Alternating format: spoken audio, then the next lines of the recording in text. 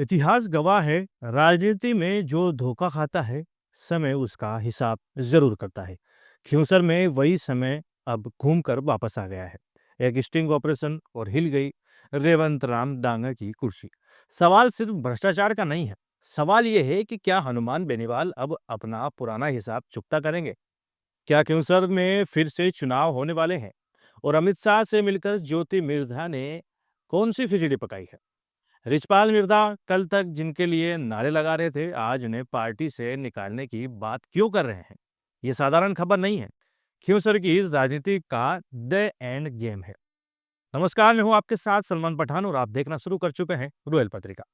आज हम उस पर बात करेंगे जिस पर सियासी भूचाल आ चुका है। जयपुर से लेकर नागौर तक की सभी की नींद उड़ चुकी है। दोस्तों, लो आ गया है सच सामने। राजस्थान की राजनीति में एक बार फिर बवंडर मच गया है। नाम है रेवंत राम डांगा और क्षेत्र है हनुमान बेनीवाल का गढ़ कहा जाने वाला खिंवसर। एक स्टिंग ऑपरेशन सामने आया जिसमें विधायक निधि में कमीशन की बात हो रही थी और अब खबर यह है कि डांगा की विधायकी भी खतरे में है। मामला अब सदाचार समिति के पास पहुंच गया है। और दोस्तों, याद रखिए, जब भी किसी विधायक की फाइल सदाचार समिति की मेज पर जाती है तो उसे मामूली नहीं समझा जाता। ये संकेत है बड़ी कार्रवाई का, सदस्यता रद्द होने का। इतिहास के पन्ने पलटिए। कंवरलाल मीणा का मामला सबको याद है, कैसे एक विधायक की सदस्यता चली गई थी।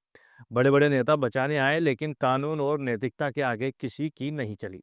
आज वही तलवार रेवंत राम दांगा के सर पर लटक रही है। सदाचार समिति के पास दो ही रास्ते हैं, या तो क्लीन चिट या फिर राजनीतिक करियर का अंत। चूंकि डांगा सत्ता पक्ष के विधायक है, इसलिए हलचल और भी ज्यादा है। पार्टी खुद को बचाने के लिए बड़ी कुर्बानी दे सकती है। लेकिन कहानी में असली ट्विस्ट यहाँ है। क्या ये सिर्फ भ्रष्टाचार है या कोई बड़ी पॉलिटिकल स्क्रिप्ट? जरा टाइमिंग देखिए। अभी हाल ही में ज्योति मिर्धा ने दिल्ली में गृह मंत्री अमित शाह से मुलाकात की थी। सियासी गलियारों में चर्चा शुरू हो गई थी कि क्या खिंवसर में चेहरा बदलने वाला है।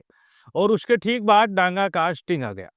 क्या रेवंत राम डांगा को साइडलाइन करके ज्योति मिर्धा को लाने की तैयारी है? और इस आग में घी डाला है रिचपाल मिर्धा ने। ये वही रिचपाल मिर्धा है जो विधानसभा चुनाव में डांगा के साये की तरह साथ थे। उनका चुनाव लड़वाया था, लेकिन अभी रिचपाल मिर्धा खुले मन से कह रहे हैं ऐसे भ्रष्ट लोगों को पार्टी से तुरंत बाहर निकाल देना चाहिए। कल तक जो अपने थे, आज वो पराये हो गए हैं। आखिर अंदर खाने ऐसा क्या हुआ है कि मिर्धा परिवार ने डांगा से हाथ खींच लिया? अब आते हैं इस खेल के सबसे बड़े खिलाड़ी पर, हनुमान बेनीवाल। बेनीवाल ने कहा था कि जिसे हटाने की सोच लेता हूं उसे छोड़ता नहीं। याद कीजिए, रेवंत राम दांगा कभी बेनीवाल के खास सिपहसालार थे।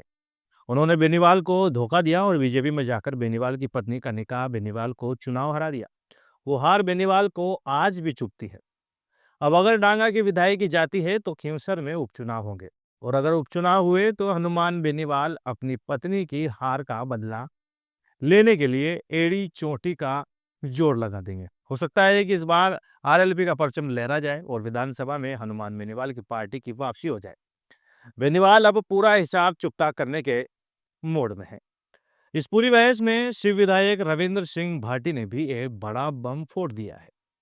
भाटी ने साफ कहा है, अगर एक विधायक की जांच हो रही है तो बाकी 197 विधायकों की भी होनी चाहिए। सच्चाई ये है कि कमीशनखोरी की कहानी नई नहीं है। फर्क बस इतना है कि इस बार सबूत कैमरे पर रिकॉर्ड हो गए हैं।